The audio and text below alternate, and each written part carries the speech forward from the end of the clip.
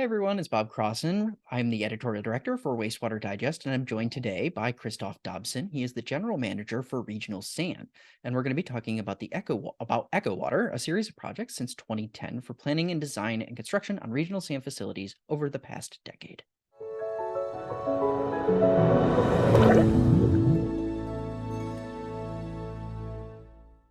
Yeah, thank you. Thank you for having me, Bob. We really like to collaborate with other public agencies and get the word out about how we can help each other improve. So I definitely appreciate the opportunity to speak with you today. Absolutely. And this was sounds like a very enormous group of projects and lots of money spent and really helping out your community. Could you describe your plant and kind of the service area? Give us an idea of kind of the size, scope, and scale of Regional SAN. Sure. Talk about the plant. We're located in Sacramento County, California, between the city of Sacramento and Elk Grove. We're situated on a site that's actually about 3,200 acres, about 1,100 acres of process area, and then we have 2,100 acres of buffer lands. So that was a very nice feature that the folks that came before us that founded the district thought through, even though we were out in the middle of nowhere at the time, that there might in the future be encroaching neighborhoods. And so we're able to keep down the noise and the dust and the odors from a wastewater treatment plant. So that's been very helpful. And in fact, now we're surrounded. We have a freeway on one side of us, and the other three sides are basically homes and businesses. Well, we're an advanced tertiary plant, which is your basic secondary process plus nutrient removal and filtration. We're actually the second largest plant of its kind in the US behind Blue Plains, which is in Washington, D.C. Our permitted capacity is 181 million gallons per day, but we've been handling flows in excess of 600 million gallons a day during the recent atmospheric river events that we've had here in California over the past winter. And then there's a whole host of add-ons, and maybe I can get into that a little later, that are not regulatory requirements, but they fulfill one of our key core values, which is environmental stewardship, and just living that out by recovering resources from the wastewater. Yeah. In terms of the service area, it's basically the urbanized Sacramento County area. We also serve the city of West Sacramento, which is in Yolo County, just across the Sacramento River. And all told, we have a service area of about 1.6 million people. Ooh, that's a big service area. I like that you mentioned just kind of how you're located. You have a highway on one side, you have a lot of residential and commercial things around you. So being a good neighbor, it sounds like, is a really important value that you hold. And I could see how that dovetails really well with your environmental stewardship goals. Absolutely. Yes. I mentioned environmental stewardship. We have a whole number of projects. I can share a little bit about what we do. We do quite a bit of water reuse, and I'll actually get to that maybe as our future when we talk about the water recycling. But we also do biosolids recycling with a public-private partnership with Synagro. They create a Class A pelletized fertilizer. And then we also send our biogas to SMUD, which is the local electric utility, and they generate electricity with that. So definitely environmental stewardship is right in the forefront. Yeah. Well, that's really, really cool. Could you talk a little bit more about the treatment processes that you do have at the plant? And then maybe you can touch on some of the projects that made those treatment processes come into play over time. Right.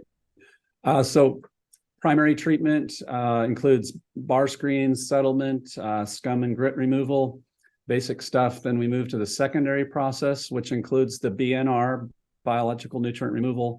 That's one of the new projects that was part of EchoWater. Mm-hmm. And then rounding out the secondary process is our secondary sedimentation tanks.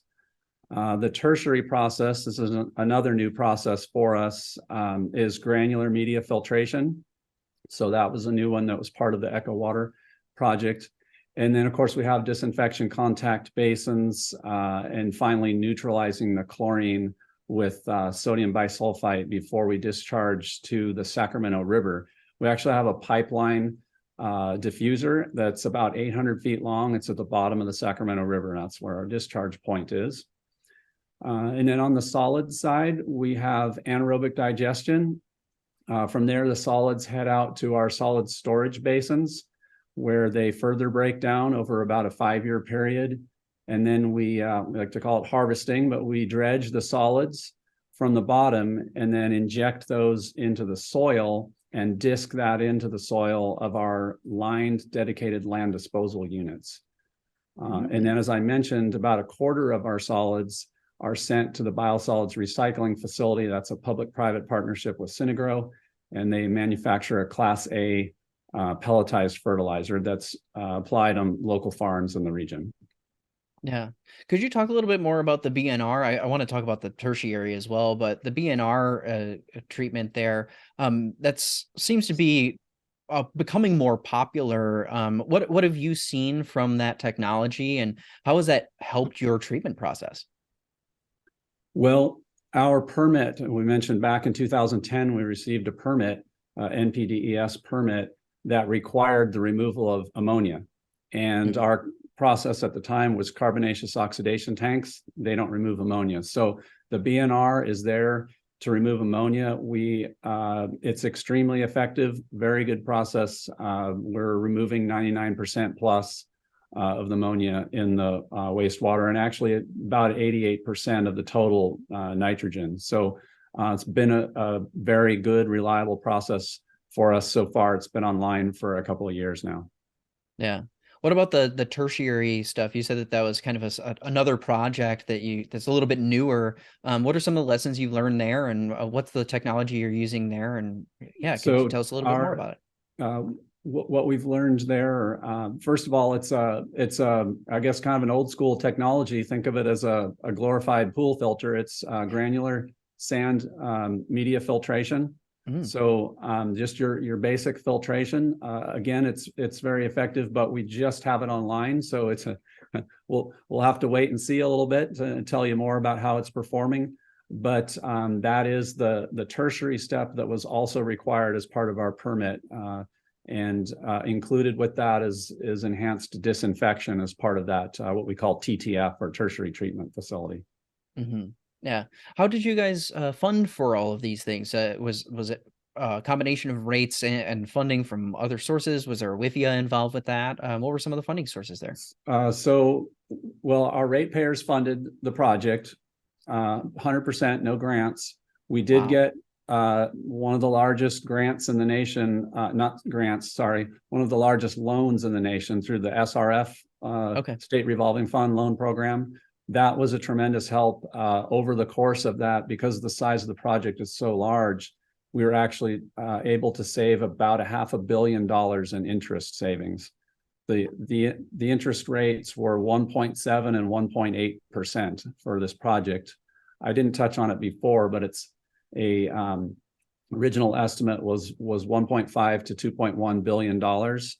And we came in at about $1.7 billion in capital cost. Wow. Are there any is there any advice that you have for other folks who are looking to use SRF funds? It sounds like it was really, really helpful in this instance and saved you guys quite a bit of money in terms of that interest.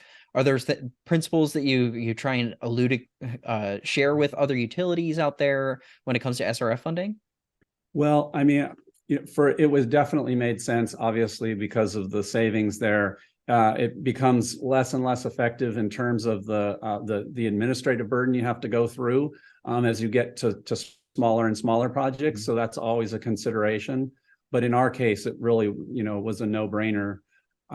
We were very fortunate. We got that. We even kind of asked, do you really have this much money we can borrow? And soon thereafter, it sounds like we kind of dried up a lot of the SRF loans for a period of time in California. And so we kind of became a little bit of the villain that had tied up the SRF loans, but it was very effective for us.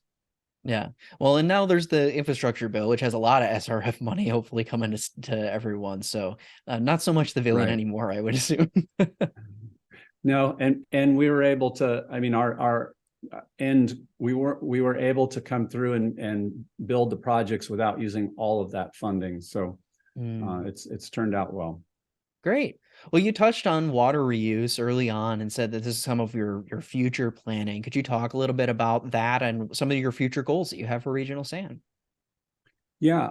So currently we have about 2 or 3 million gallon per day Title 22 recycled water facility. It's located on our plant site, and we use that to water local ball fields, landscape median, that sort of thing. And we also have an industrial user that uses it for cooling water. So kind of a small scale in terms of our total plant effluent. However, because EchoWater is going to be treating and is treating this water to such a high quality, and now all of our effluent is essentially Title 22 equivalent water. So we can recycle all of that water.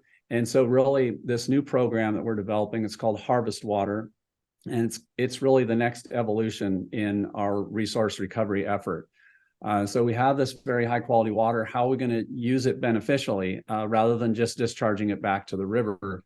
And so HarvestWater will pump about 50,000 acre feet per year to southern Sacramento County farmers. And they're going to use that water to irrigate their crops. Right now, they all use groundwater. So they're pumping from the ground, and with the drought and everything, that's, overcharging or overdrafting those groundwater basins. So this is going to greatly reduce their reliance on the groundwater, and it creates a whole slew of benefits. One being the obvious, it's what we call in lieu groundwater recharge. By not pumping the groundwater, it allows it to the groundwater table to naturally recover. Over the life of the project, it's expected to raise the groundwater table by about 25 feet. So we're giving farmers a more sustainability because now they have this reliable water source, but at the same time, we're getting a lot of environmental benefits. It's increased riparian forest habitat, vernal pools, wetlands, increased sandhill crane habitat, even Chinook salmon migration. There's a river in the nearby service area, the Cosumnes River, and it's ephemeral. And so sometimes it's dry.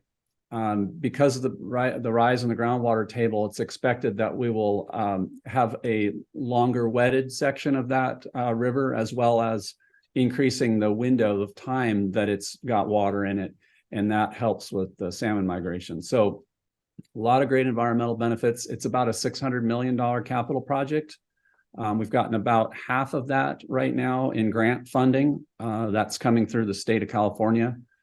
And so we're very excited about that project, and it's our goal to actually have that HarvestWater flowing in 2025. Wow. Pretty aggressive timeline, but also tying directly to the point you made at the beginning of environmental stewardship. How is that not the most environmentally friendly thing you can do? Yeah, it's the reason that we're able to get the grants really is because there's a lot of people within the state that are recognizing these multiple benefits, and a lot of people behind the effort. So it's very, very good for us. Yeah, well, that's fantastic. Thanks so much, Christoph, for talking with me about regional sand. I learned a lot about your facility. That's great. Excellent. I'm very happy to share it with you. Yeah, for everyone who's watching, check out our video description below. We'll have links to some resources. We'll also have an article on regional sand that you can read as well. So definitely check that out. We'll have some photos down there too. Thanks again, Christoph. Thank you.